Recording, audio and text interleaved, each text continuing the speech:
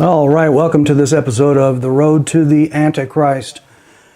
I hope that the audio is working all right. So anyway, I'm not expecting really anybody to watch this. This is a small channel with hardly any viewers. But anyway, I thought I'd jump on here tonight. And I'm testing out some things and just wanted to talk about a few things that have been on my mind. Just to get started here first, let's talk about UFOs. How about that? I like UFOs. I'll just tell you some stories.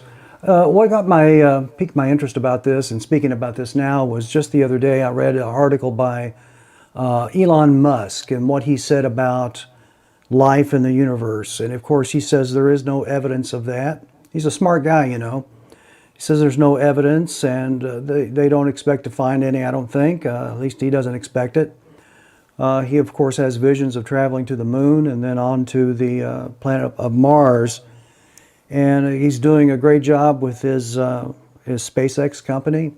And it's wonderful to see. I mean, technology, it's like watching science fiction when the boosters land after takeoff. I mean, it's just incredible stuff. But I just wanted to talk just for a few moments about UFOs. This is all part of the overall scheme. The theme of this podcast is the road to the Antichrist. America, the world, is on the road to the end times, to the man of sin, the Bible calls him. We call him the Antichrist. He will be a man that will rule most of the world. He will force people to take a mark. There's a lot of debate about that, of course. And they won't be able to buy or sell, probably even have a job unless they have that mark. And we are going in that direction right now. We were just forced recently, or most people were just forced to take a certain injection against their will and better judgment, but they were forced to, otherwise they wouldn't be able to work and have employment. And so we see that, how people are already being preconditioned. And UFOs, aliens, are we being preconditioned for that now? Of course. Anybody who's watched any science fiction movies, even from back in the 50s, The Day the Earth Stood Still comes to mind, a classic film about aliens. But Star Trek, Star Wars, we're all programmed to believe that there could be life outside our planet. Now, what would happen if life were discovered? Now, first of all, I don't believe that at all. I'll get to what I believe in just a moment. But what would happen if that were really the case? If an alien ship landed on the White House lawn, what would that do? What would that do to religion? Any religion? Buddhism, Islam, Christianity. What would that do? Would it sort of negate religion? It could. There'd be a strong case to say, you know, Jesus Christ was probably an alien. And so this is one of the reasons I think they're so interested in trying to find life, even a microbe on Mars, anything to show that there's life outside our own planet. But Elon's a smart guy. He knows there's no evidence of that. But you know, there's something going on. You'd have to be blind to not realize that good people, honest people, have seen and experienced things that can't be explained. Now, I'm going to give a personal story. I don't remember how old I was, but I was between 10 and 13, I would imagine. And I lived in Kentucky. That's where I was raised, born and raised. And in our house, we didn't have air conditioning back in those days, and it was a warm day. I remember that. My bedroom at the end, on the wall in front of the bed, at the end of the bed, was a window. And the drapes were open and the window was up to let some air into the house. And so you could see the night sky very easily. And at that age, I knew what an airplane was. I knew what a helicopter was. I had flown in by that age, I've flown several times in small Cessnas. So I had some experience even at that age about what aircraft were. And I was laying in bed one night. It was just a starry night, clear, crystal clear. And all of a sudden across the window in the dark was what I would describe as an egg-shaped light. And it moved extremely slow. And I lay there in the bed and I saw that and I watched that. I go, what is that? It's not a plane. There's no blinking lights. It's not a helicopter. And there's no noise. So I called my mother. I said, Mom, would you come in here and look at this? And she came in. I remember we stood at the window and watched this thing creep across the sky. And I asked Mom, what is that? And she said, I don't know what it is. And we're watching this thing go across the sky, and it got further away, and then in the twinkling of an eye, literally, it went from just barely moving to an instant streak of acceleration, and it was gone. Well, we talked about it at that time, and that was it, and sort of forgot about it. And I remember asking my mom several years later about that. It scared her. She didn't know what that thing was. So what was it? I have no idea. But I do know that people have seen things. So just to cut to the chase, Satan appears as an angel of light. And he has his own minions, his workers, his demons that work for him. I believe that these are some kind of spiritual manifestation made to deceive mankind into thinking that there is some kind of life somewhere else in the galaxy, and that we are not alone, and so therefore religion is not important, it's not true, it's all a lie. And Satan is working to deceive mankind as we head towards the time of the Antichrist. And so it's just something to think about. But I talked to somebody the other day. Somebody had posted something on Facebook, and they mentioned Betty and Barney Hill.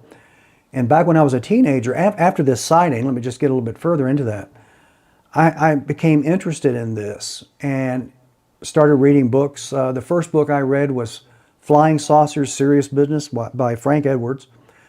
And I read the book by John Fuller about Betty and Barney Hill's abduction. And it was a great book. And I just corresponded with somebody online. It said that years and years ago they met the man and was able to talk to him for a bit. So anyway, interesting story.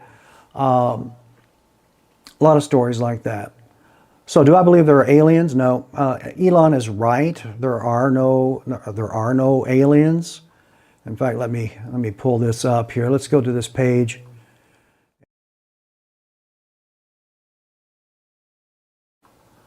You can see here that this article talks about what he believes about what we found and so forth. And it's quite interesting. All right, so in the Bible, over in Ezekiel, it talks about strange objects in the sky. Some people say these are UFOs, these are aliens. Of course, that's not true. And it's just that there are spiritual manifestations that are physical that can be seen. And you know, angels appeared to man. For example, Lot, 2 angels appeared to him. They were physical, excuse me, they were male in appearance, and they spoke to him. And these were spiritual beings that were visible. Satan, I believe, has the same capacity to make things visible when it serves his purpose. Okay? So, all right. So let's get back to what we're talking about here. Second thing I wanted to talk about was a movie just was released by James O'Keefe. He was the gentleman that founded Project Veritas, where he did undercover work and would talk to people and get people to confess things they didn't know they were being recorded. He's doing some great stuff, unless you're being recorded and exposed. But of course, the company he founded, they eventually fired him for whatever reason. I don't know, but he's still working. He just released a film. It's on Tucker Carlson's network called Line in the Sand. I watched it this morning, and it's very, very well done. To be honest, it's not surprising, some of the things that he shows. I mean, he actually goes to Mexico. He gets on the train. He rides with the other men and women that are coming from not only Mexico, but Central America, South America, and as they're heading towards the border of the United States. But the tragedy of the video, and I highly recommend that you watch it, is what they do with children. And also the complicity of the federal government in all of this. I mean, the agents are, pardon the pun, but they're handcuffed. They can't do anything to stop this flow. All they can do is help these people get to wherever they're going in the country. And what was amazing, he would talk to different people from Guatemala, Honduras, Colombia, Venezuela, and they knew where they were going in the United States. It was all planned out. They all had arranged. The government would pay for the transportation. Companies are making millions and millions of dollars paid for by the government, by the taxpayer, to take care of these people and to move them around the country. So it's a horrible thing. Now here's the truth of the matter. We need workers. And what I wanted to, what I thought about after I saw that, I read an article not too long ago. I don't remember the author, but of course Pat Buchanan has mentioned in several of his books the fact that America specifically, and also other countries, Japan, even China is being affected by this now. Other European countries are being affected by low birth rates. They're not producing enough children to replace themselves. And so the population is falling off. Therefore, they don't have enough workers. In this country, we have a need for workers. And I got thinking about that. In fact, I made a comment on a post that was made several months ago on the app called Nextdoor. They were talking about workers and not having workers. And I said, well, maybe the fact that we've aborted 60 million Americans since 1973 would have some effect on that. And thinking about it, I don't have the mathematical skill to figure this out. In fact, I asked ChatGPT this question. I said, what would be the population today if we didn't have abortion? And ChatGPT came up with a really weird answer. They said, well, it might be 20 million more. So let me get this straight. We've aborted 60 million, but yet the population would only increase by 20 million if we didn't have abortion. Now, that doesn't make any sense at all. I think the more realistic figure would be somewhere at least at 100 million, and probably far more than that, because those aborted babies would grow, get married, have children. Those children over about 50 years, they would grow and have children and so forth and so on. Easily we have diminished our own population by at least 100 million. If somebody out there knows the math and knows how to do that kind of thing, figure it out. But ChatGPT was way wrong. 20 million is not anywhere close to the number of people that we've lost. So we do need workers, and the government will not fix the guest worker program that we desperately need. And so there's a plot there. And of course, all of that is to help destroy the sovereignty of the United States, and to weaken the Constitution, to weaken the population, to water it down, and to make it just everybody more dependent on the government. So anyway, enough about that. So what else did I want to talk about? Oh yeah, here's one more thing. Let me pull this up, and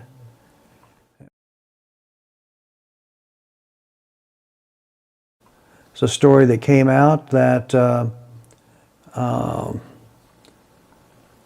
was found in, what country was this? Oh, Ukraine, oddly enough, in 2008. The imprint of a wheel found in a coal mine shaft. The imprint of a wheel, they say it's 300 million years old. Folks, that's not true. We weren't here 300 million years ago. Nobody was. And so that's interesting, though. It reminds me of the photograph of the hammerhead that was found in the same layer of some other fossils. Like, how could that happen? Anyway, so let's see what else we got up here.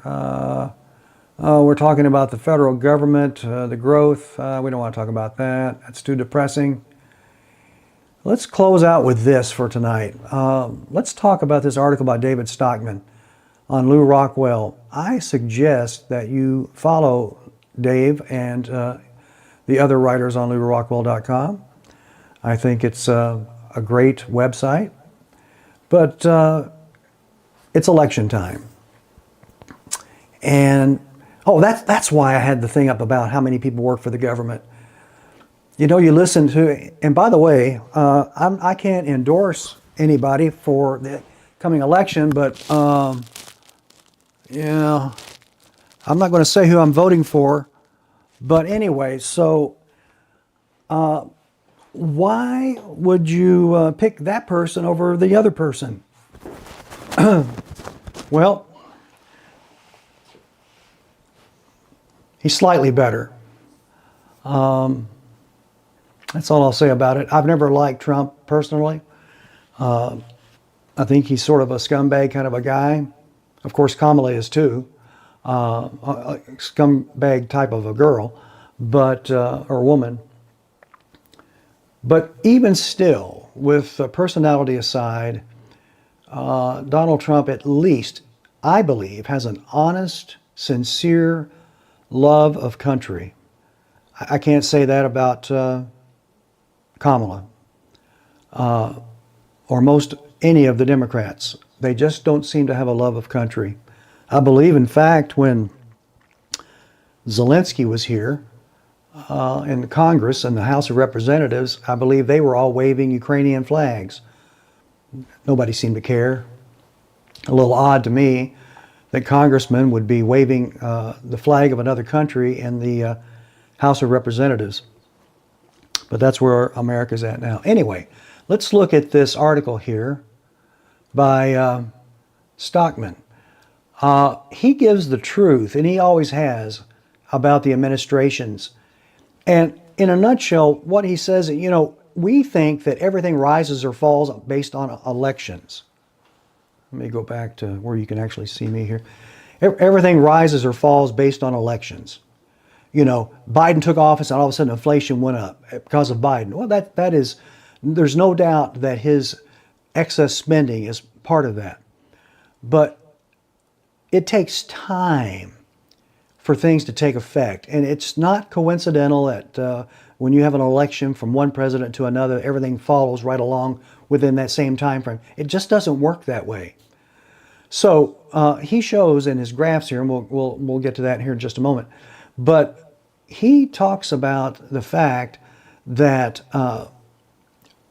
Biden, now he's not running now, but Kamala doesn't have a plan. You know, people say her plan. She doesn't have a plan. She has no plan. She doesn't have an idea for a plan. She's in over her head. It's obvious to anybody. She was placed in this position on purpose. That's a whole other scandal. But Trump has maybe some idea, but last time he didn't implement it. I mean, he spent like a drunken sailor. He was, at that time, you'd have to go back to President Harding to find a president that had vetoed the fewest number of bills. I mean, he agreed, he signed off on everything. And you can look it up for yourself, but Trump added over $8 trillion to the national debt in just 4 years. Now, Biden might be on track to match that or beat it. I don't know. But it's horrible. Does that have anything to do with inflation? Absolutely. Absolutely it does. And so, of course, Trump doesn't admit that. He has the greatest economy ever. Well, let's go back and look at this article here. Let me.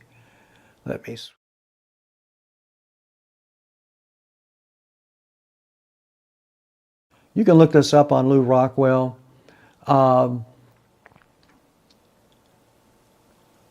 Let's go down to the chart.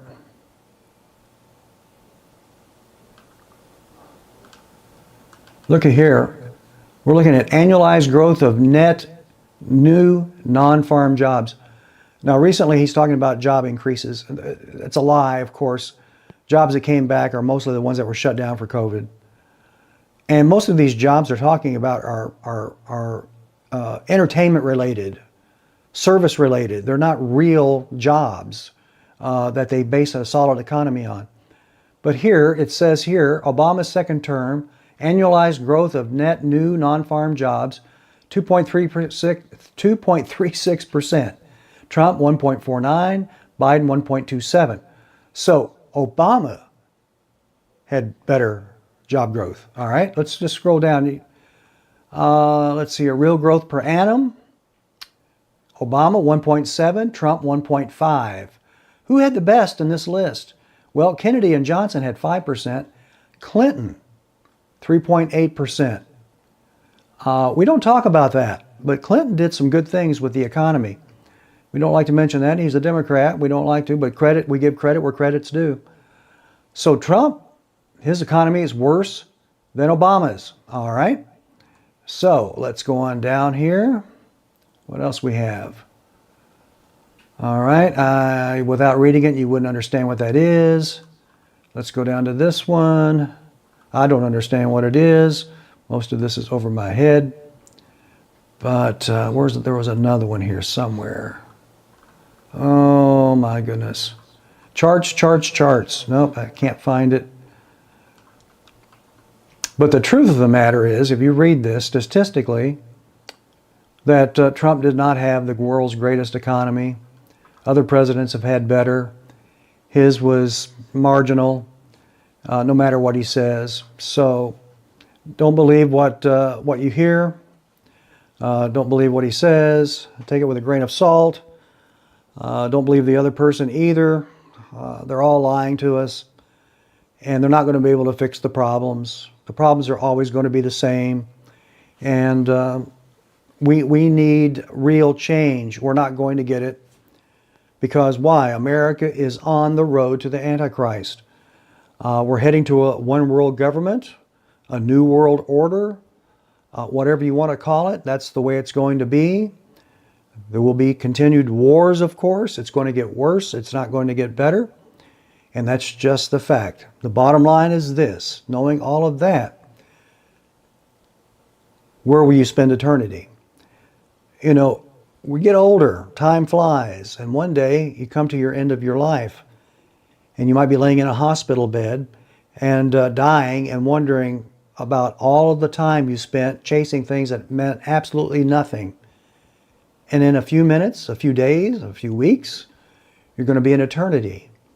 Where will you be then? Will you be in heaven or will you be in hell? Then we can only get to heaven through the Lord Jesus Christ. And He died for your sins because He loves us. He loved us so much that He died. Came to earth, God in the flesh, came to earth, died on the cross to pay the penalty of our sin. And if you trust Him by faith and you mean it with your heart, you too can have a home in heaven. 1,000 years from tonight, everyone listening to this, everyone seeing this, is either going to be in heaven or hell. Sadly, the vast majority will be in hell. They don't think it's real. They don't want to do anything about it. They're scared or whatever. I met a man once who was a Japanese American, and he was interred, during World War II as a teenager. And he showed me the letter that President Bush, sent out. He got a check for $20,000 as the government tried to make up for the horrible thing we did to Americans. And I talked to him about Christ. And he was raised, it's a form of Buddhism, I think, in Japan. Shintoism, maybe? And he listened. In fact, I visited the man twice. He told me this: I appreciate what you're saying. I appreciate what you're trying to do. However, I could never trust Christ because it would be an insult to my parents. I understand that kind of lifestyle. I understand what he was saying. Unfortunately, unless he trusted Christ, and I'm sure now he's gone, he's in hell right now. So it doesn't matter, all this stuff that's going on, yeah, we all have to deal with it, and it's part of life, and until we're dead in the ground, we have to deal with it, and we should do the right thing, and we should be aware of what's going on around us. But as far as eternity goes, this means nothing. This means nothing. So I beg you, if you haven't trusted Christ, consider it. And if you have any questions, you can put it in the comments. Be glad to try to answer or guide you in the right direction to where you can get some help and somebody can sit and talk with you and explain from the Bible, the Word of God, about how that Jesus Christ is the answer for sinners. It really is. All right. Hey, that's all I've got. Just sort of off the cuff, and hope that everything is going well for you folks. And you take care. We'll see you next time.